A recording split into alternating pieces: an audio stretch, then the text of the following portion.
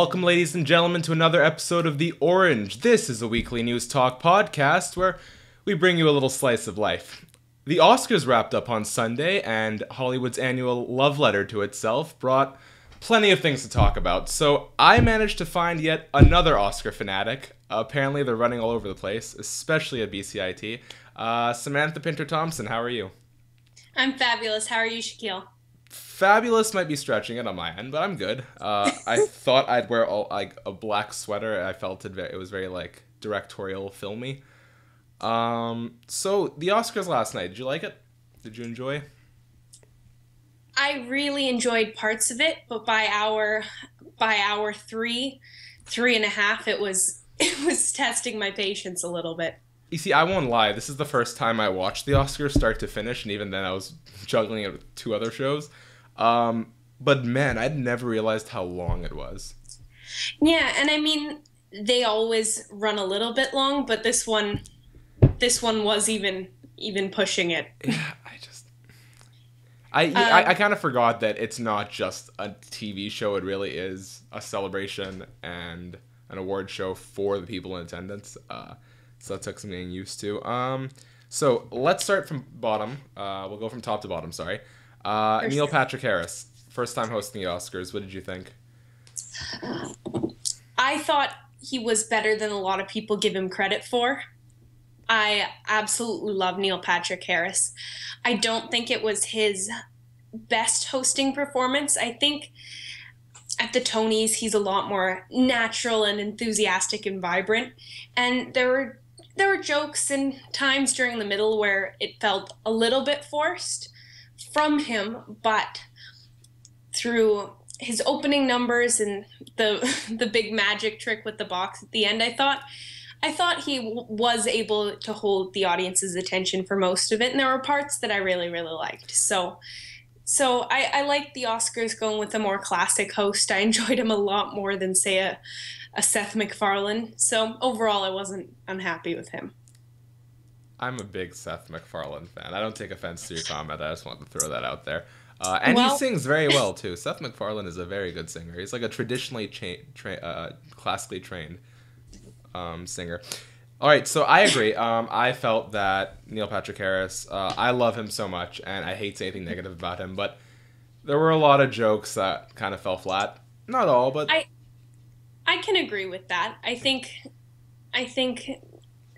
I don't know, because he's a theater performer at the Tonys, it feels as if he's just performing to a crowd of people, where through the middle of this, it felt like he was performing straight to the camera, and it felt a little bit stiff at times, but I take it with the Oscars.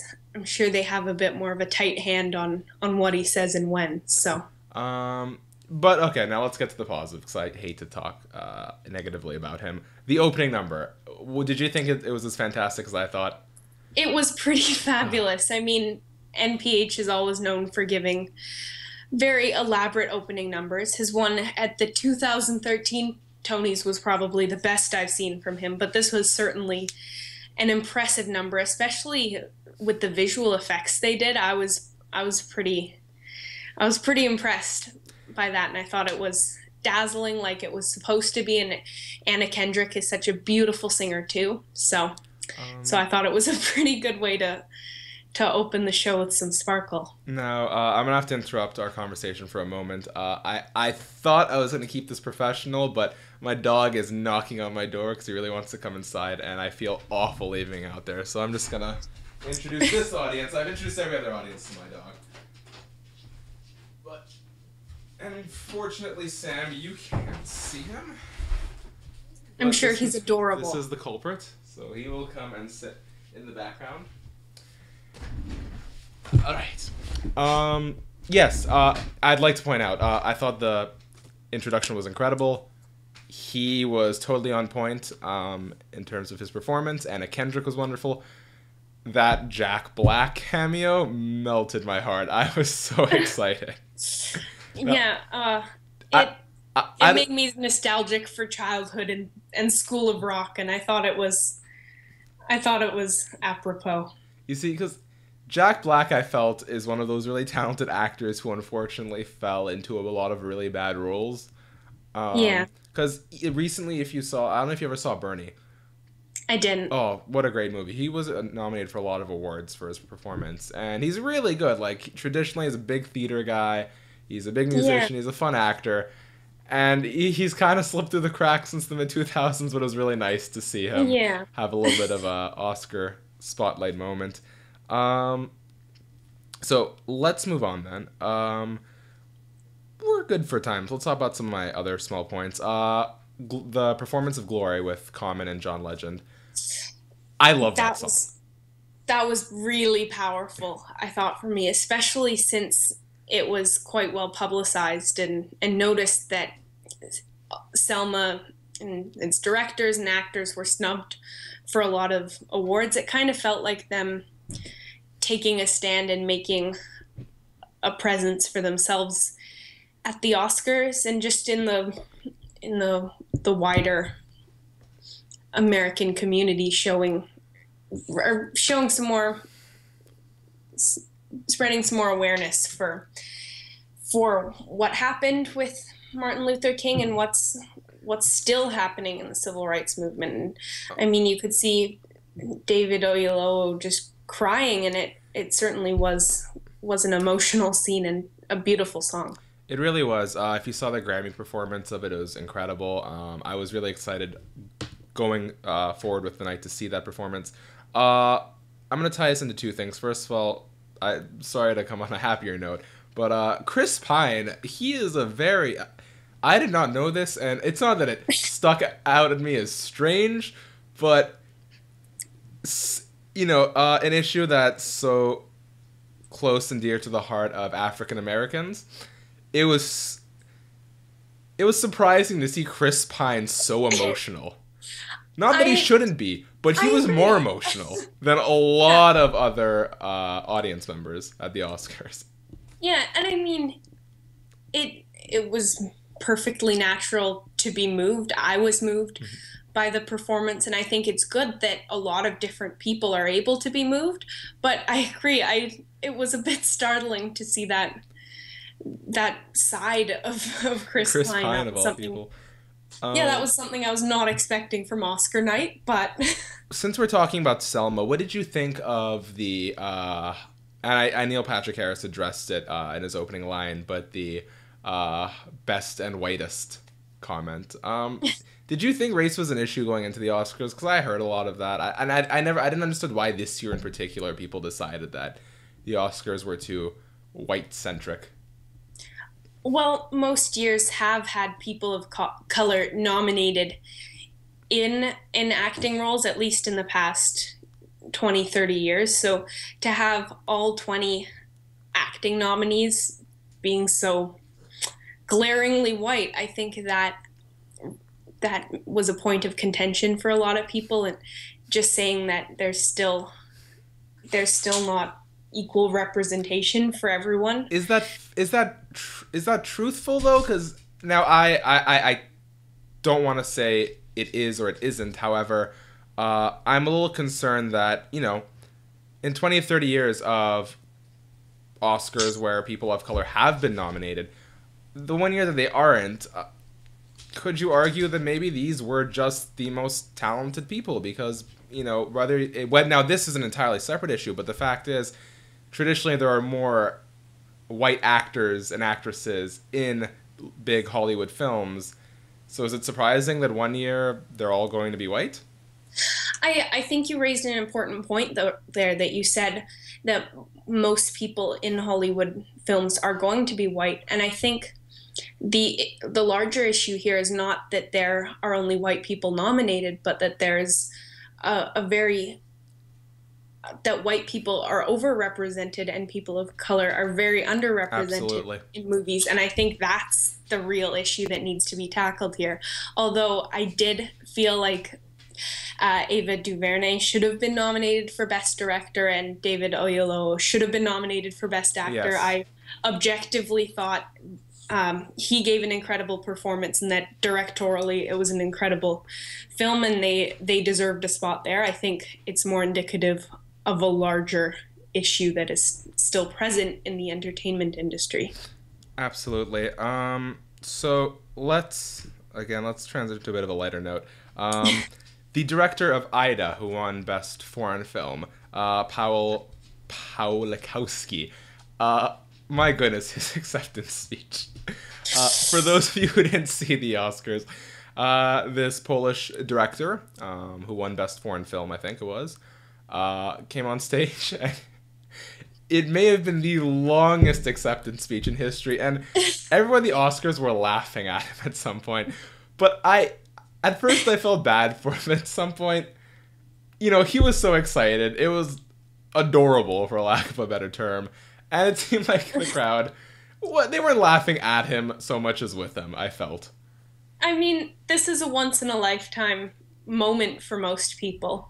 So you're only going to have one shot at a speech, and I guess he just wanted to say everything he had to say, but it certainly did get comical when the band started playing him off, and then at a certain point he just talked so long that they gave up, and then had to play him off a second time. It got so extended, but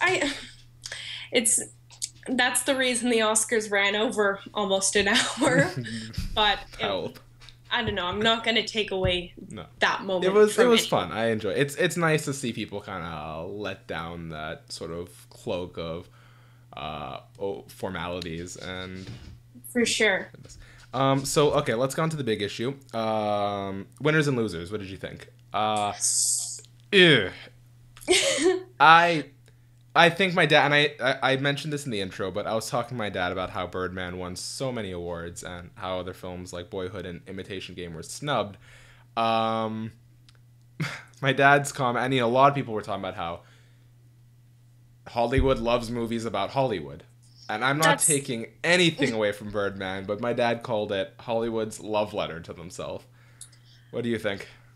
I tend to side with you, and there were a lot of great things about Birdman, especially the cinematography, and I can step away and see that it was a good film, but I didn't find it to be the best of all of the films, and having seen all of them, in my opinion, at least there were more deserving candidates, but Hollywood people love to see movies about their own industry. That's certainly something that comes up a lot, and I don't know. I'm not going to take away that win from them, but I would have liked to see someone else win. Who do you think got the worst end of the stick?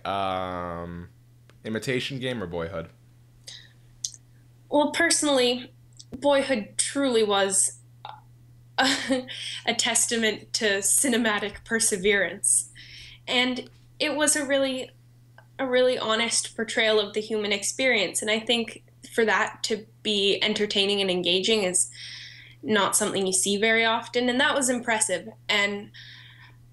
But I also felt like the Imitation Game was kind of overlooked generally this year. They got Best Adapted Screenplay, which I was happy for, and their writer Graham Morse gave such a passionate speech. It was wonderful. It was a beautiful speech. But I don't know. I'm not sure if I thought Boyhood should have won Best Picture, but I would have been less disappointed if it had. What my disappointment was not that Boyhood didn't win Best Picture, but that of all the awards that a film that took 12 years to create, that was, kind of a visionary film in modern day Hollywood, they won Best Supporting Actress. There are very few awards where, typically the Best Actor, Best Actress, Best Film are the awards you look for as sort of the highlights of the evening. But I really would have liked to see that film win something in terms of direction. Yeah, and the thing is, they really had a sizable presence at many other award shows. They won three Golden Globe awards, and I feel like at this point in the season, maybe the voters were just kind of over it, and I think that's sad. And I think there should have been more recognition, not just because it took so much time to make, but because of the work that was really produced. And I think that's a shame, but I think people will certainly remember Boyhood, even if they weren't recognized by the Academy.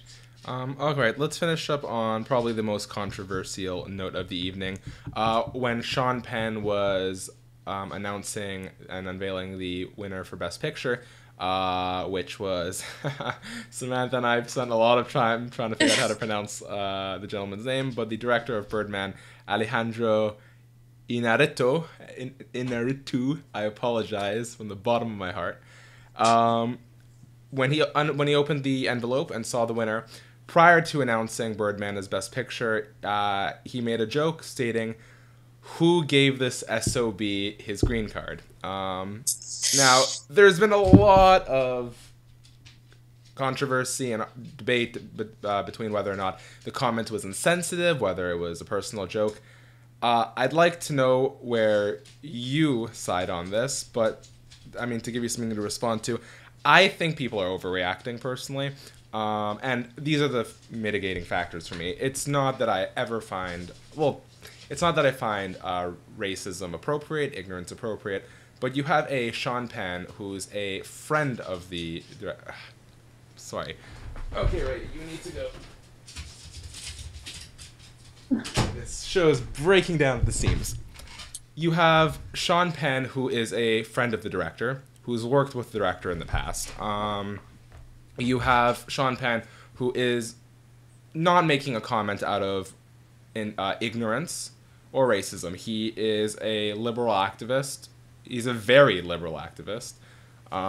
He knows about rights regarding sexual orientation, status, race. I don't think those were intentions when he made this comment.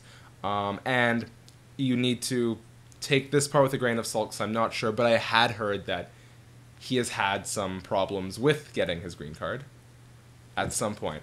I thought, was it a tasteful joke? Maybe not. But I don't think it was anything that people needed to get so upset about. Yeah, I don't think he had any malicious intent. I think he probably should have chose his words more carefully. But by this point, it was the third time Alejandro had taken the stage already that night, and I think that was more what he was trying to joke at, that he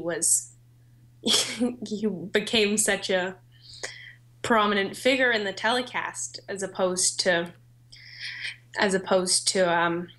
his race. But I also think he probably should have left that out of it and made a slightly more tasteful joke, but I don't think it was anything too egregious. I totally agree with you. Do you think, as some people have stated, that it undid everything else that happened that evening? Because some people are saying his joke overshadowed and undid Graham Moore's very passionate speech about suicide and being happy with yourself. They said it undid Patricia Arquette's speech about feminism and equal pay in Hollywood. I think that's a bit of a stretch. I do too. I don't think one comment that was in bad taste can undo the calls of all these other voices. And I mean, Eddie Redmayne dedicated his award to people living with ALS, and Julianne Moore dedicated her award to people living with Alzheimer's. And I think there were a lot of voices raising awareness for a lot of really important issues, and Sean Penn can't take that away from them. Nor was his intention, I think. Yeah. All right, so let's end this on a happy note, because I think we're about at our time limit for this evening. Yeah. Oscars, did you enjoy them? Overall, yes. There were some fun moments. There were some crazy moments. I almost cried with the Sound of Music tribute. That was great. My favorite part of the whole evening. But there were some ups and there were some dry parts, of course. But overall, I was glad I stuck in it for the long haul, and I really invested a lot in these Oscars. And for the most part, the most part, they didn't let me down. So So that was your favorite moment, the performance? I am a very big Julie Andrews fan, and I grew up on The Sound of Music. I absolutely love it, and that was certainly a highlight. But I was overjoyed when Eddie Redmayne won. Maybe a little more than I should have been, but that was a highlight too. And sorry. Sorry, yes. I think along with those things, we'll just take on a more subtle note. I think probably one of my favorite moments of the Oscars was when Neil Patrick Harris was walking through the audience and talking to the seat fillers, because I had no idea that that's a thing that happens at the Oscars. That when people are on stage getting their awards and backstage doing whatever, random audience members fill their seats, so it looks like they want the crowd. audience to look full.